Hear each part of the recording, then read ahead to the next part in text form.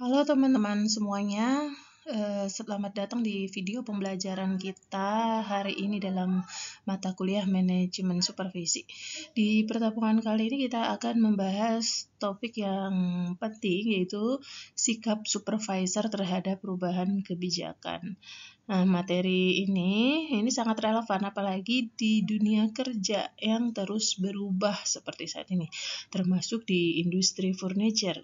Kita akan lihat bagaimana seharusnya seorang supervisor bersikap saat ada perubahan, misalnya aturan, SOP, atau kebijakan-kebijakan perusahaan. Kita mulai dulu dengan pemahaman dasarnya. Jadi, apa sih perubahan kebijakan itu? Nah, di sini perubahan kebijakan itu bisa diartikan sebagai penyesuaian terhadap aturan, prosedur, atau arah kerja organisasi. Misalnya, kalau kampus kita mengganti sistem penilaian atau mengubah aturan kehadiran mahasiswa. Nah, itu termasuk perubahan kebijakan.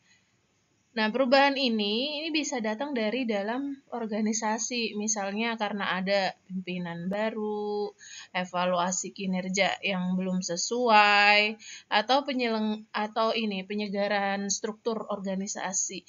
Nah, ini bisa juga karena faktor luar seperti aturan pemerintah, kemajuan teknologi, atau perubahan kebutuhan pasar. Nah, peran supervisor di sini ini sangat penting. Dia itu menjadi penjembatan antara pihak manajemen yang membuat kebijakan dengan staf di bawahnya yang menjalankan kebijakan. Nah, jadi supervisor ini perlu tahu dan paham dulu apa isi kebijakannya supaya bisa membantu tim untuk beradaptasi. Nah, kenapa sih kebijakan itu bisa berubah? Ini penting untuk kita pahami dulu. Ada sumber utama. Yang pertama, ini dari internal. Ini misalnya ada hasil evaluasi yang menunjukkan kinerja tim belum optimal. Jadi, perlu aturan baru. Atau ada perubahan visi misi dan visi misi dari organisasi, misalnya perusahaannya ini ingin lebih ramah lingkungan.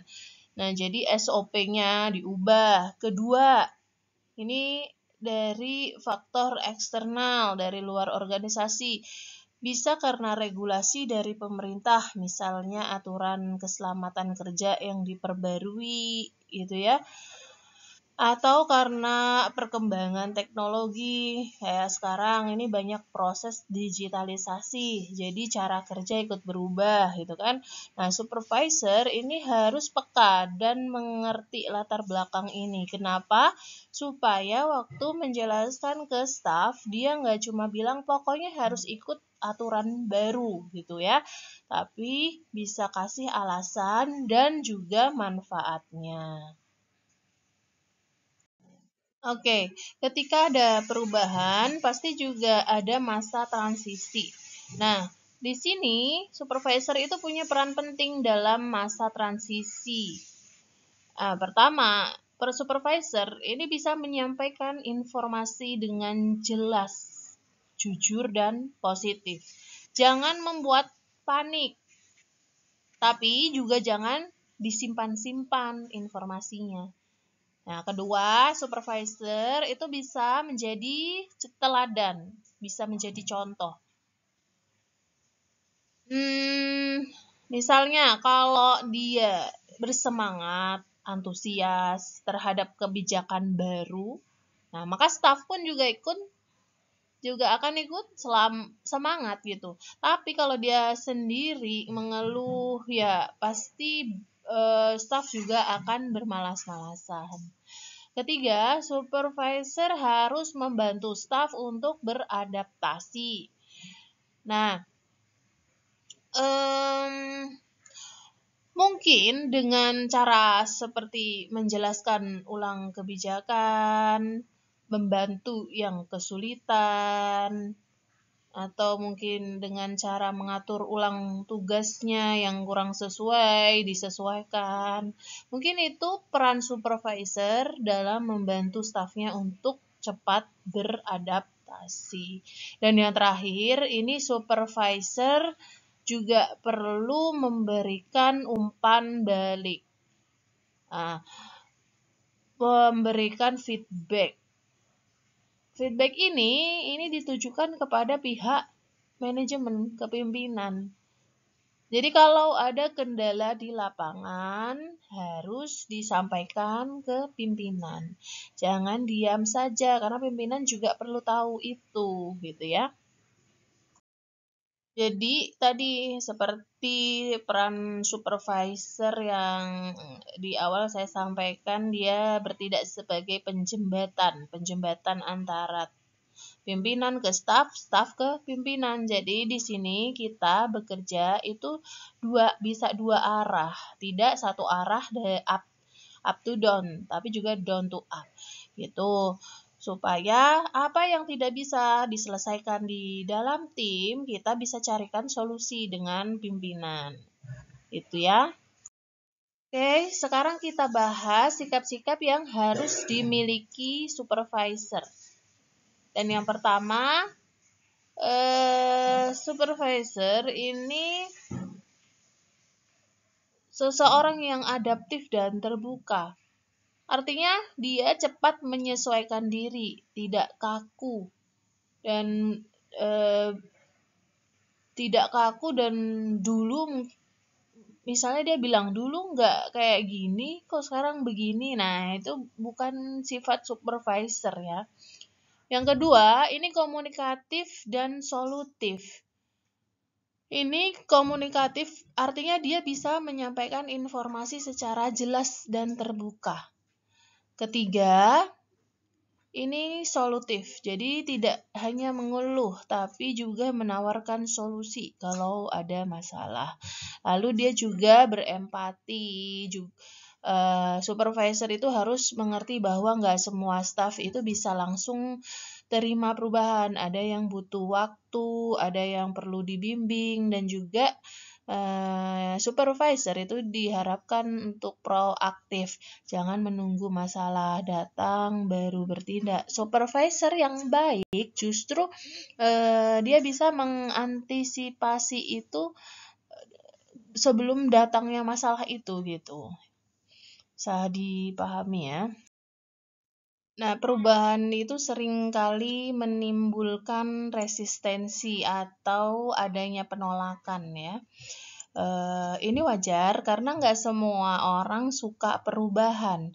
Nah, disinilah supervisor harus siap menghadapi ini. Pertama, supervisor bisa melakukan pendekatan persuasif, mengajak ngobrol secara baik-baik, jangan langsung marah. Kedua, bangun kepercayaan. Nah, kalau staf sudah percaya bahwa supervisor berpihak pada mereka, maka akan lebih terbuka menerima perubahan. Terus yang ketiga, ini supervisor selalu memberikan pelatihan. Memberikan pelatihan dan pendampingan ya. Kadang penolakan muncul karena nggak paham teknisnya. Jadi ketika sudah paham gitu ya, nanti akan pelan-pelan ikut berubah. Nah, yang terakhir ini melibatkan staf dalam proses perubahan itu. Nah, misalnya kita minta masukan atau kita ajak dalam simulasi kebijakan baru. Kalau mereka dilibatkan, maka rasa untuk memilikinya ini akan tumbuh. Oke, supaya lebih nyata kita bahas dalam contoh kasus. Misalnya ini sebuah instansi mengubah sistem absensi dari manual ke digital. Mungkin yang muda-muda akan bersemangat karena merasa lebih praktis, tapi staf senior merasa kesulitan karena belum terbiasa dengan aplikasi di handphone. Nah, supervisor di sini harus peka, jangan langsung bilang ya udah belajar sendiri, misalnya kayak gitu. Tapi bantu mereka ya, mungkin dengan membuat sesi pelatihan atau pasang tutorial di papan pengumuman. Nah, juga bisa kalau ini ya dimungkinkan bisa mendampingi secara personal. Nah, jangan lupa jelaskan manfaatnya. Misalnya absensi jadi lebih akurat nanti. Terus bisa dilihat real time oleh pimpinan gitu ya. Nah, tapi kalau itu kan mungkin tidak akan, alasan seperti itu kan tidak akan membuat staf itu sadar, karena itu alasan lebih condong ke pimpinan gitu ya, keuntungan bagi pimpinan. Sedangkan keuntungan bagi staf itu apa gitu ya. Di sini kan pasti staf-staf beberapa staf akan merasa bahwa penolakan ini karena merasa kurang nyaman dengan teknologi baru, khawatir tentang privasi datanya. Nah, seorang supervisor ini harus mencari dampak yang positif untuk stafnya. Misalnya dengan adanya absensi digital ini, nah ini eh, bisa memudahkan dalam pengurusan cuti atau pembayaran gaji yang lebih akurat. Kalau dulu mungkin gaji kok ini kurang, padahal saya masuk kok nggak keluar uang makan. Nah, pendekatan ini mungkin akan berhasil mengubah pandangan staf gitu. Nah, di sini bagian terakhir dari materi ini saya ingin mengajak kalian untuk berpikir kembali, pernah tidak kalian melihat atau mengalami perubahan kebijakan? Entah di kampus, di tempat kerja, atau saat magang gitu ya. Bagaimana sikap seorang supervisor atau atasan waktu itu? Apakah dia suportif atau justru menjadi sumber masalah? Dan yang paling penting, apa pelajaran yang bisa kalian ambil? Karena kedepannya kalian juga bisa menjadi supervisor atau atasan itu sendiri. Jadi penting untuk tahu sikap apa yang harus ditunjukkan saat menghadapi perubahan kebijakan. Gitu ya, selamat mengerjakan. Semoga mendapatkan hasil terbaik. Oke, itu tadi pembahasan kita tentang sikap supervisor terhadap perubahan kebijakan. Semoga materi ini bisa membantu kalian memahami bahwa untuk menjadi supervisor itu bukan cuma soal mengawasi, tetapi juga soal menjadi atasan yang bisa mengarahkan dan mendukung tim di tengah perubahan. Terima kasih, saya akhiri. Wassalamualaikum warahmatullahi wabarakatuh.